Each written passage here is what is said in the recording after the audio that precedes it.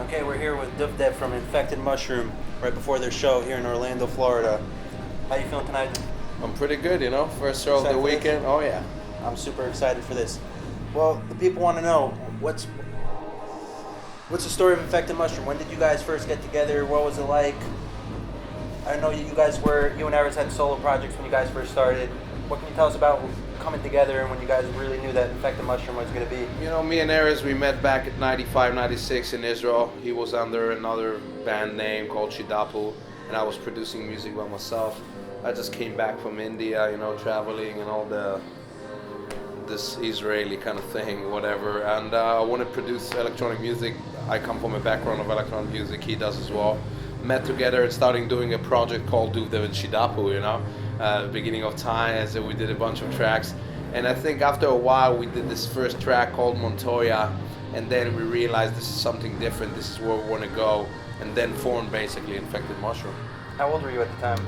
I was 21, he was 16, so it was like different times, yeah. So what, you met him when you came back from India? Yeah, I was released from the army and went to India, and I met him before, but we really started producing when I came back, so, and then formed the first Gathering album in 1998, so. I hear a lot of Latin influence in the music, so much in the percussion.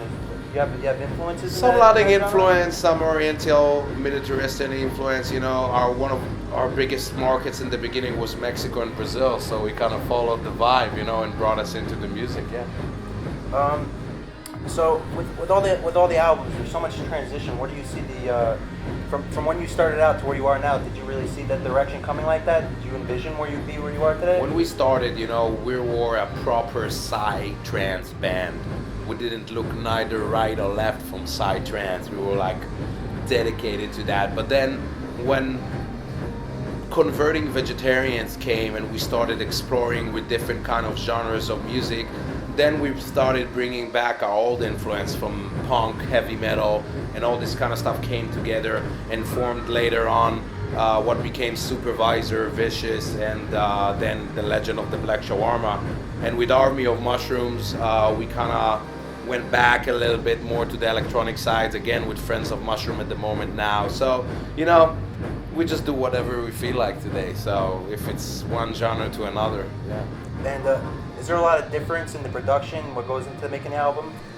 For instance, the Moomba Core song, I love that track. It's so different than most of your other music. Oh yeah. It's Infected Mushroom, but I hear such a different. You guys are so advanced, but to hear the sound continuing to grow, the way you pocket your kicks. Well, the Mumblecore track is influenced by this genre, the mamba tone that goes at the moment, but we don't like mamba tone, and that's what's funny enough about it. But when we heard Porter Robertson did the bitch track, we said, "Fuck, this is kind of sounding cool. Let's take it to a different direction." That's why we went to it, because we do not like mamba tone, Either do not like or don't get, but whatever.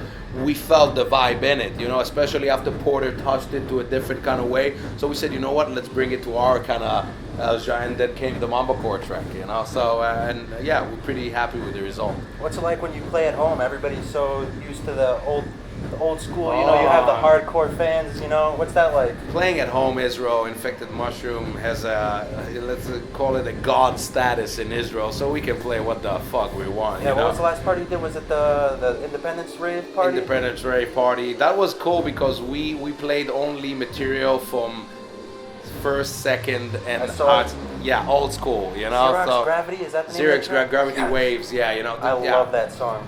This movement now in Israel, the psytrance movement, that it has a new generation. Progressive, huh? Progressive, yeah. Ace Ventura,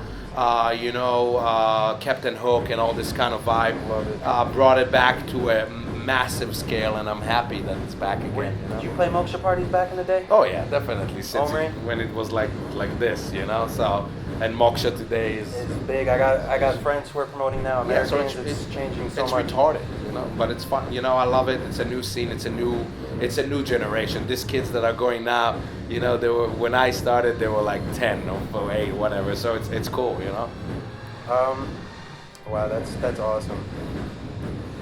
So when it came to coming to the States, how did that come about? Was it management? Was it the demand? How did the States really come into Well, full when we throttle? moved here, it was not like today. Now EDM is exploded. You know, there was no EDM when we moved here. You know, but we moved here because we've done what we wanted to do in Israel and stuff, and we wanted to come here to actually collaborate with heavy metal artists because we come from heavy metal, and we did. You know, with James Addiction, with Jonathan Davis. Then we produced The Doors.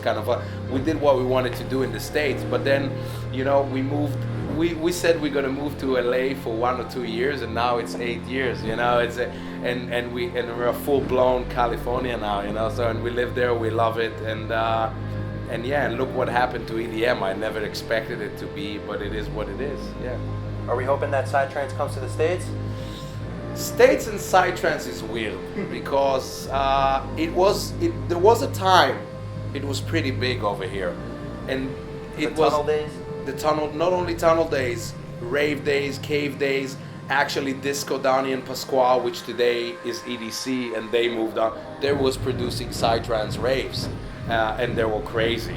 By the way, Disco Donnie and Pasquale have thrown massive Psytrance rave back in the day, and people don't know that. Oh yeah, fuck yeah, I've done raves with Disco Donnie around the country in fucking caves that nobody will He meets with believe. these guys all the time, and he's always trying to get them to do hard trance, and they throw him off. Yeah. Runs HTG here Yeah. in town. He's one of the Orlando production managers of Insomnia. And I've been bitching at him for the last 6 months. I was, bring Psytrance, more Psytrance, All more day. Psytrance. And he's just like, it won't sell. I was like, I don't care if it sells or not. Just bring it for me. Like, come on. Well, but back in the day, it was a different story. But I don't know. You know, Psytrance could or not be another now because there's so many genres. Why not? You know, it could. But for me, I'm not into genres. You know, me myself, I do what I do. You know, and if it will, yeah, I would be happy. You know, so all of my bring my own. You know, I think besides Infected and Spango that came here to the United States, a lot of the artists didn't, but it's their loss, you know, or the U.S. loss. I don't know whose loss it is, you know. My personal opinion is if it's got like emotion, maybe a good vocal in it, it doesn't matter what genre it is. Does it? It'll bring that raw feeling and tie it to the music. I agree, you know. I had a song project in school, and it was a little bit more dance oriented because, you know, everybody always says my sound is a little bit, you know, affect emotion. But I look around me, people, it's all in the place that you hear it. Even for me, when I looked around, I was like, all right, these people aren't connecting with it. It's not the time and place for them, you know. But for me, at any time I could flip on any trance album, and I'm connecting with it. It's time and place. Definitely, Europe has more of a trance kind of vibe to the U.S., but still, you know, shit can happen. You never know. You know? We could talk about that all day. Yeah. So, when it came to coming to the States, where was the first target? Was it a demand, like you knew that you were going to Baltimore or something? That was the first time I saw you guys here. When I came, the first crew that brought me to the States was Thump Radio from San Francisco. That was back in 1998. And they threw some massive psytrance parties and then formed basically Burning Man. You know, it was same crew. And back in the day, New York was pretty big on psytrance, and LA had an underground scene of psytrance. So these were the three markets that we used to play in, you know.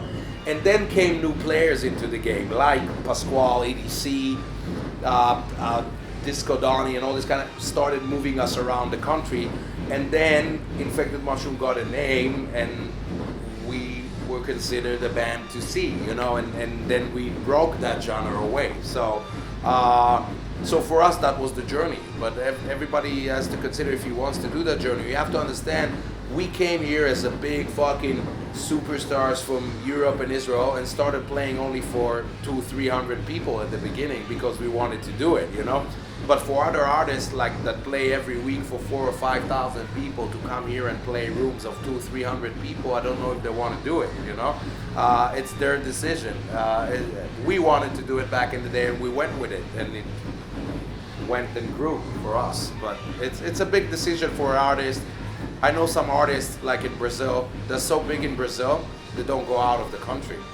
They're huge over there, but they just don't go out, you know. So, but that's their decision. So. You see that Lollapalooza is having an event in Israel? Oh yeah, definitely. Lollapalooza Israel is canceled. I'm telling you now, if you don't know yet.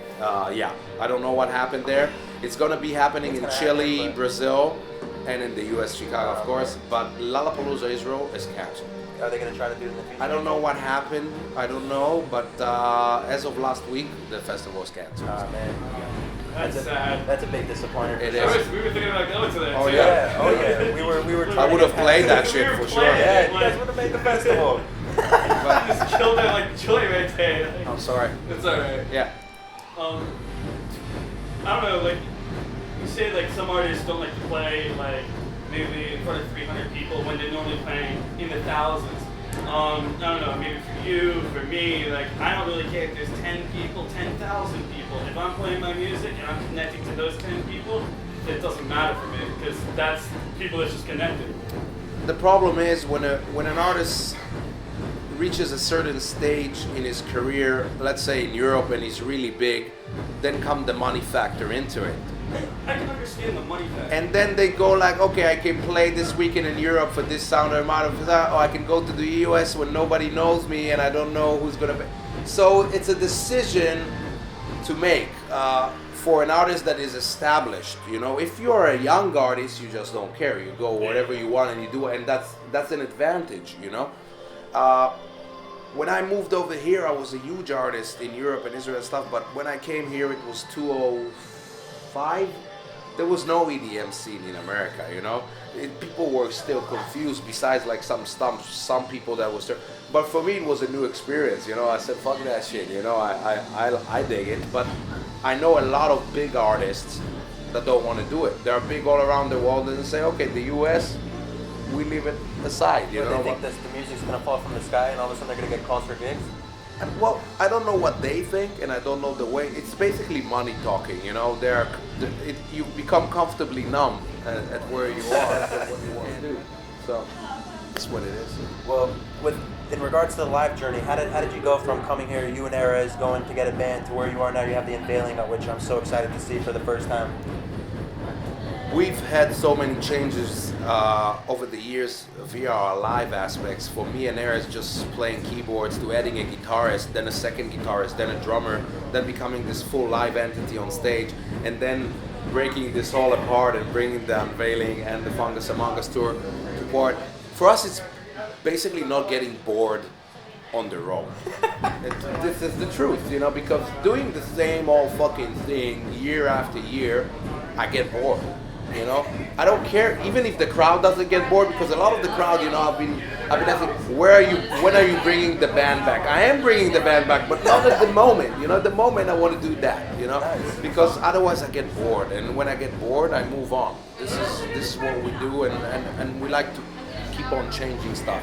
Same with our music, same with our stage presence, same with our shows. And when we won't have the power anymore, I'll probably open a falafel stand in Israel and fuck all this shit, you know? It's what it is. It's a real pleasure, man. It's a pleasure for me. Do we have anything else? I have one thing else. Is there anything you would like to say to your fans? Anything like? You know, Any announcements? this year is it's a very interesting year for Infected Mushroom.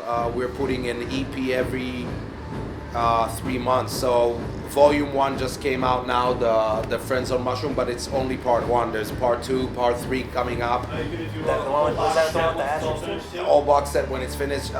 Full shitloads of collaborations from Savant, Pegboard Nerds, Porter Robinson, Zed, Steve Aoki for the Trans Addicts, Kazi, Spongo. So there's a lot of so many fucking shit going on around in this EP.